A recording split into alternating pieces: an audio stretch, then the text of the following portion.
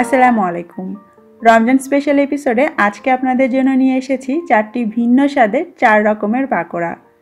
তবে মজার বিষয় হচ্ছে এই 4 ধরনের পাকোড়া তৈরি করতে আপনার আলাদাভাবে প্রস্তুতি নিতে হবে না। একটা মাত্র ব্যাটার দিয়ে খুব সহজেই এই 4 স্বাদের পাকোড়া তৈরি করে ফেলতে পারবেন ইফতারের জন্য। তবে ছোট্ট একটা অনুরোধ, প্রতিদিনের ইফতারে নানা রকম ভাজাভুজি না রেখে মাঝে মাঝে মুখের স্বাদ বদলাতে এই ধরনের খাবার ট্রাই করতে পারেন। তাহলে আপনি রমজানেও সুস্থ থাকবেন। চলুন তাহলে শুরু করা যাক। আজকের পাকোড়াগুলো তৈরি করার জন্য আমাদের একটা মাত্র ব্যাটার লাগবে, আর প্রথমে আমি সেটা রেডি করে নিচ্ছি। একটা মিক্সিং বলে আমি 1.25 কাপ বেসন নিয়ে নিচ্ছি। বেসনটাকে সরাসরি না নিয়ে একটা চালনি দিয়ে চেলে নিচ্ছি। এতে করে খুব ভালো করে সব কিছু একসঙ্গে মেশানো যাবে। আর সাথে দিয়ে দিচ্ছি 1/4 কাপ চালের গুঁড়ো। স্বাদ মতো লবণ দিয়ে দিতে হবে, আমি আধা টেবিল চামচ দিলাম। সেই সঙ্গে আধা টেবিল চামচ দিয়েছি মরিচের গুঁড়ো, আধা চা চামচ দিয়েছি হলুদের গুঁড়ো, 1 চা চামচ দিয়ে দিলাম জিরার গুঁড়ো। সাথে দিচ্ছি আধা চা চামচ পরিমাণ বেকিং পাউডার। আপনি চাইলে বেকিং সোডাও ব্যবহার করতে পারেন, তবে বেকিং সোডা থেকে বেকিং পাউডার দিলে এটা বেশি মুচমুচে হয়, আর সোডা দিলে বেশি ফুলে।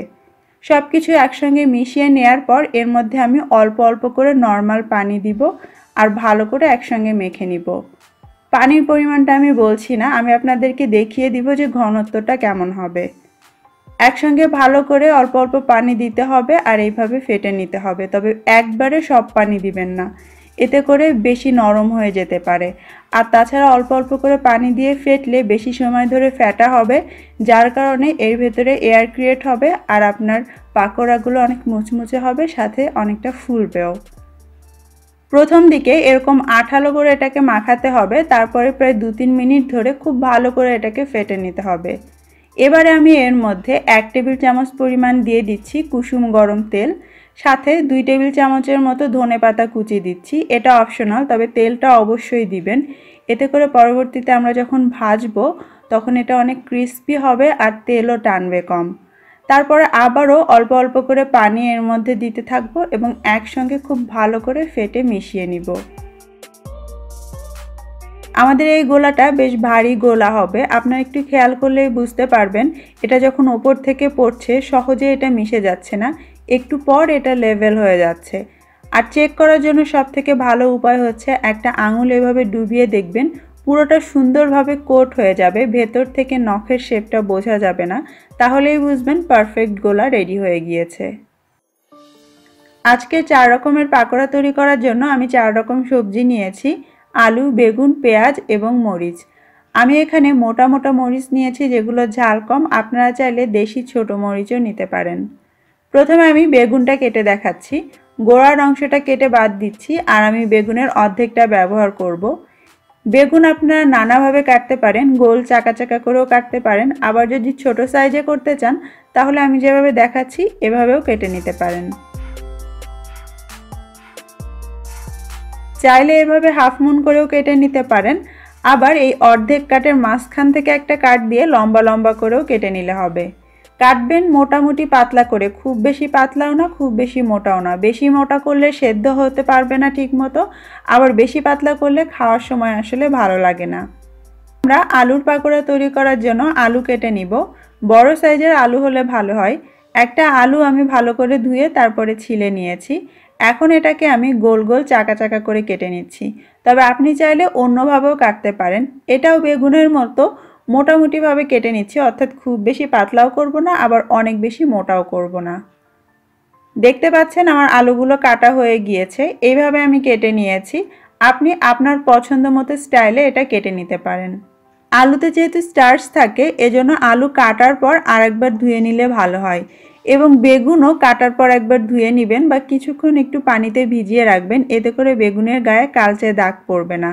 তাই আমি কেটে নেওয়া এই আলু আর বেগুন একটা বাটিতে একসঙ্গে 5 মিনিটের জন্য একটু ভিজিয়ে রাখবো, পরে আমি পানিটা নিংড়ে নিব। এবারে আমি পেঁয়াজের কাটটা দেখাই। আমি লাল সাদা 2 রকমই পেঁয়াজ নিয়েছি, আপনাদের সুবিধার জন্য যে কোনো পেঁয়াজ দিয়ে কিন্তু এই পাকোড়া তৈরি করা যাবে। লাল পেঁয়াজটা আমি দেখাচ্ছি কিউব করে কেটে, এইভাবে 4 ভাগ করে আপনারা কোয়াগুলো জাস্ট একটু এড়িয়ে নেবেন। পেঁয়াজ আমি ছিলে তারপরে একবার ধুয়ে নিয়েছিলাম, তাই কাটার পর এটা ধোয়ার প্রয়োজন নেই। আর সাদা পেঁয়াজটা আমি রিং রিং করে কেটে দেখাচ্ছি। তার জন্য পেঁয়াজটাকে মাঝখান থেকে একটু মোটা করে চাকা চাকা করে কেটে নিতে হবে। এরপরে এই চাকাগুলোর থেকে রিংগুলো আলাদা করে নিতে হবে। আপনি যদি মোটা রাখতে চান তাহলে দুটো একসঙ্গে রাখতে পারেন, অথবা এইভাবে সিঙ্গেল সিঙ্গেল আলাদা করে নিলেও হবে। এই তো হয়ে গেল আমাদের পেঁয়াজের পাকোড়ার জন্য দুটো ভিন্ন রকম কাট। যেভাবে আপনার পছন্দ সেভাবে আপনি পেঁয়াজটাকে কেটে নিতে পারেন। এবারে আমি মরিচের কাটটা দেখাচ্ছি।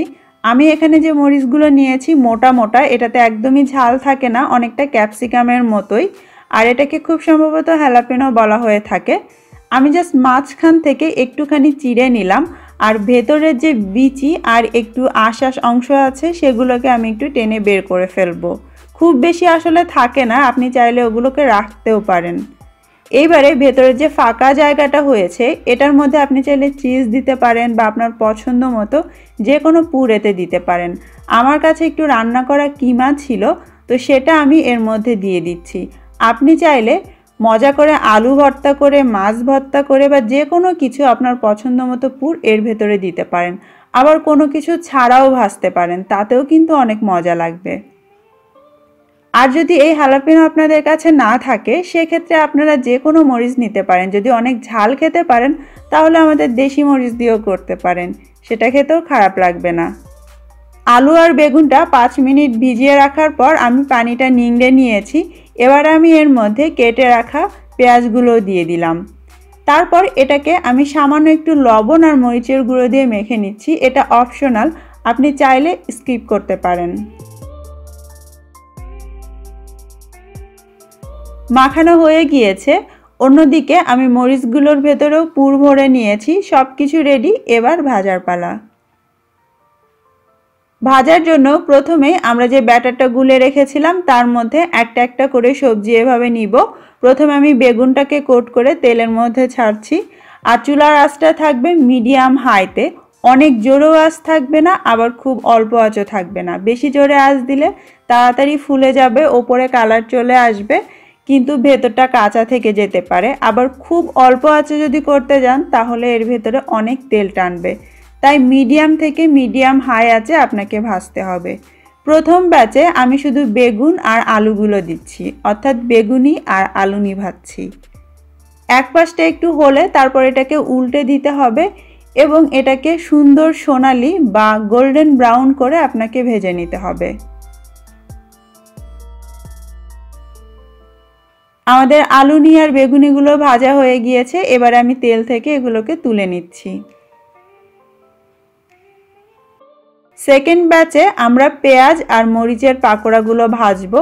এজন্য আবারও আগের মতো সেই বেসনের গোলার মধ্যে এগুলোকে ভালো করে কোট করে নিয়ে তেলের মধ্যে ছেড়ে দিব।